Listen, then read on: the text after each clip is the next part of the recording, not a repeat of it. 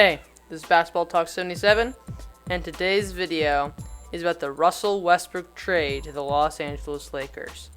Now, this is obviously a blockbuster trade, and a very important trade, at least for the NBA, if not taking into account how it will change the two teams involved, the Washington Wizards and the Los Angeles Lakers. And by far the most important thing that has happened so far in the 2021 NBA offseason.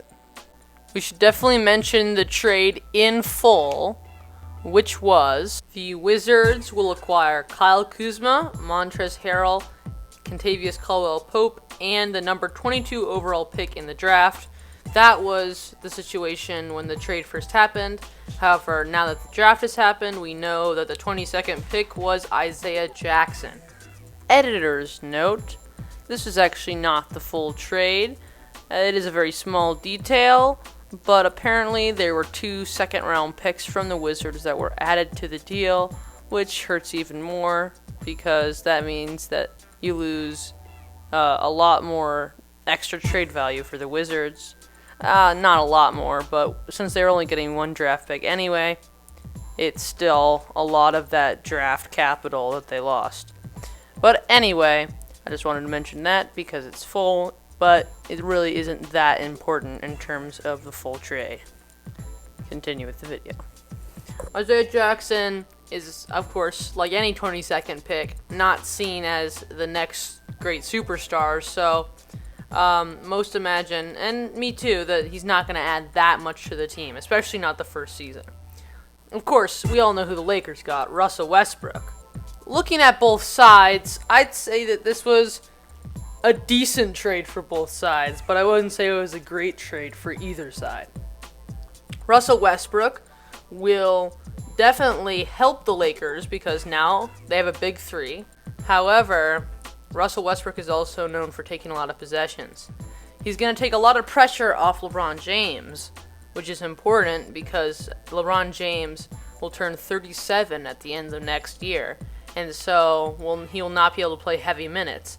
This is already pretty clear because this season, when he had to try to keep the team in the playoffs as Anthony Davis was injured and there was no one else to help the teams have success, he played heavy minutes and many games, and he ended up hurting himself, unsurprisingly, as he is too old at this point to be able to carry a team in full, especially a team with the help that the Lakers have, which isn't that great.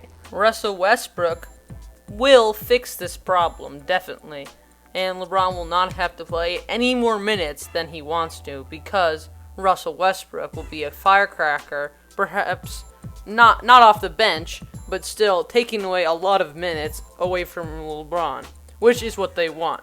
He could end up playing more around 30 minutes, which is probably going to be better and will make him more valuable as a player. However, that's the good side of the Russell Westbrook trade.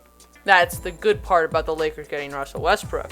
The bad part is that Russell Westbrook can sometimes be a ball hog, and he has not yet learned, at least in my opinion, when to not take too many possessions. Every time Russell Westbrook plays, he's going to use a lot of possessions, he's going to take a lot of shots, and have the ball in his hands a lot of the time. This can be great when he's having a good night, but when he's having a bad night, it can stagnate the offense and ruin the game for his team. Now, I think this comes from the 2016-17 season when he was at OKC, the year after Kevin Durant left, and the year of his MVP season, where he knew that he was the only chance the Thunder had of making the playoffs, and so he had to take all the shots every night. And that's understandable for the team he had at the time.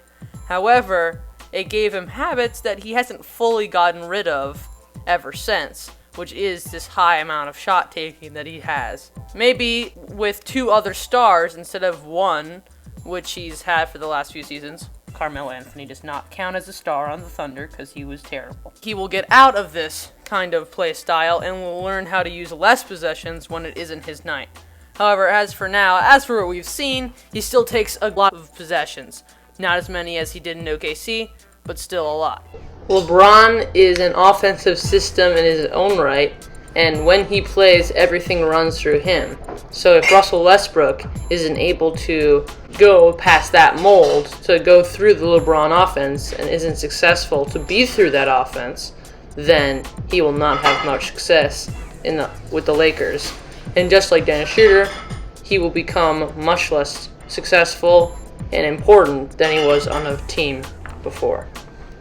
Another possible issue with the Russell Westbrook trade is the amount of help that the Lakers are going to have. Pretty much at this point, they may have to start Talen Horton-Tucker, who's a promising prospect but still not amazing. And the final pieces of what could be seen as a good bench have pretty much disappeared. What left of this team is going to be the big three and not much else, as what usually happens when teams build big threes. The Nets had an interesting situation where they're actually able to have a decent amount of talent off the bench, but even they only have a select few players, and on heavy minutes it's going to be difficult, which may be one of the reasons why the big three never played together, because a lot of it was injuries. Now let's get to the Wizards side of things. The Wizards acquired, like we said, Kyle Kuzma, Montrezl Harrell, and Kentavious Caldwell-Pope, along with Isaiah Jackson. What does this do for them? Well, it gives them a lot more weapons, and I think that's very helpful. However, the choices aren't the best. Kyle Kuzma is an okay player. However, he takes way too many possessions to score the amount that he does, and he's constantly making mistakes, and is pretty inconsistent in terms of what he can do on the court. Some days it felt like he was good enough to be the third guy on the Lakers, and some days it felt like he could barely hit the backboard or the rim. Editor's note, that is not an exaggeration. There have been multiple instances this latest season, in 2020-2021, where Kyle Kuzma had missed the rim or barely hit the backboard. So, no exaggeration there. When he shot. So, it's hard to say if he's really that much of a help. Now, maybe what the Wizards need are people who use more possessions now that Russell Westbrook is gone. However, it could mean that he's just wasting possessions for them. And if Kyle Kuzma can't become more consistent, then he's going to stay a kind of high-volume guy forever.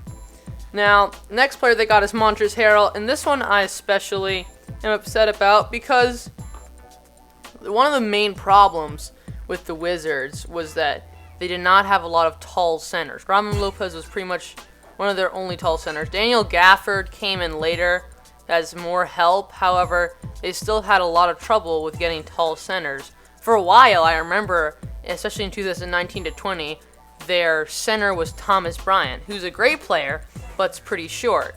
So, when he comes back this year, it's going to be imperative for them to get a tall center, and instead, they get Montrezl Harrell, who is the shortest center.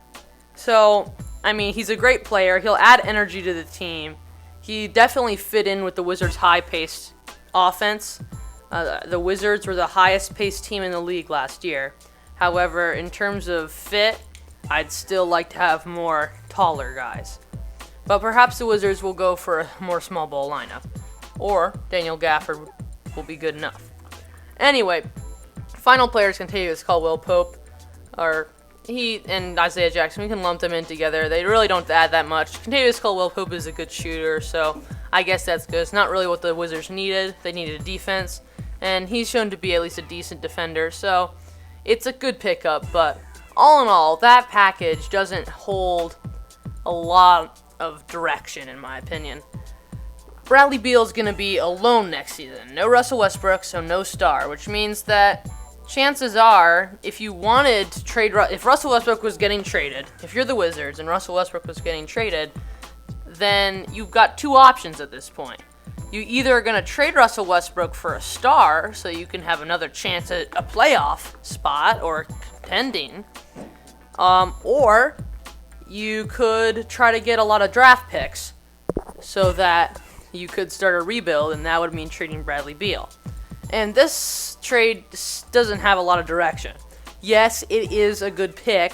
However, it's only one. In today's trade market, 2019, I think I remember Paul George was given like 6 picks and 3 pick swaps for Paul George in a trade. And so that's kind of where the draft pick market is right now, because I think teams figured out that draft picks rarely turn out to be that helpful. And almost always they're out of the league pretty quickly. So, for one draft pick, it doesn't seem like they were really going for anything like a rebuild. However, then they get a lot of rotational pieces still without a number 2 player. What are those rotational pieces going to do? Montrezl Harrell, Kyle Kuzma, and Kadavius Pope, that's a lot of talent together, but they're seen as support pieces, at best starters, probably not even starters on the championship team. They were seen as a bit of weak links in the 2019-20 Lakers season when they won a championship, and now one of them is going to have to be the number 2 player on the team with Bradley Beal. I don't think that's going to work out. So what I'd like to see from the Wizards would them to be, if they're going to trade Russell Westbrook at all, which I personally think they probably should have given it at least one more season, or at least until the trade deadline. But if they're going to trade Russell Westbrook, they might as well get another star for it, or they can get a lot of draft picks. And they didn't really do either of these. So, in conclusion, the Lakers got someone who may make their team great by giving minutes and rest to their other good players and making a big 3, or he might take too many possessions and steal away from the other stars on the Lakers that may be more efficient. So it's all up in the air right now for how helpful Russell Westbrook is going to be. However, I've seen that many people say that he doesn't destroy parity in the league. And I agree with that. Russell Westbrook is a great player, but he's not one that even goes amazing paired with others. Now, that's going to sound bad because he has been great with other players, but he still takes, because like I said, he takes so many possessions. Russell Westbrook's teams are usually Russell Westbrook only, even if there is more talent. And that's not the same with other players like Chris Paul and LeBron James usually. However, it could turn out to be a great move, depending on how Russell Westbrook plays. As for the Wizards, I thought the trade got a decent amount of talent for Russell Westbrook, but in the end it lacked direction. Now the real question is going to be who is going to be the number 2 player on the Wizards next season. If I could make a prediction now from where they are now with all their players, I would say that the Lakers are probably going to improve, and I think they've got a very good chance of winning the championship next year. And as for the Wizards, I think they're probably going to be pretty mediocre, may not even make the playoffs. And Bradley Beal is, once again, not going to really have another player to help him. And I think that the entire season is just all going to be about, is Bradley Beal going to leave? Or is he going to get traded? Or is he going to stay? I imagine that the Wizards are not going to be that good next season. And my projection for them, based on how good they are right now and how good the conference is right now, I'd say that it's probably going to be a 10th or 11th seed. That is the Russell Westbrook trade for the 2021 season. Thank you for watching my video. If you liked it, give it a like. If you didn't, or you have a different opinion, you can put that in the comments, because I'm open to other opinions. If you enjoyed it, leave it a like, subscribe, and see you next time.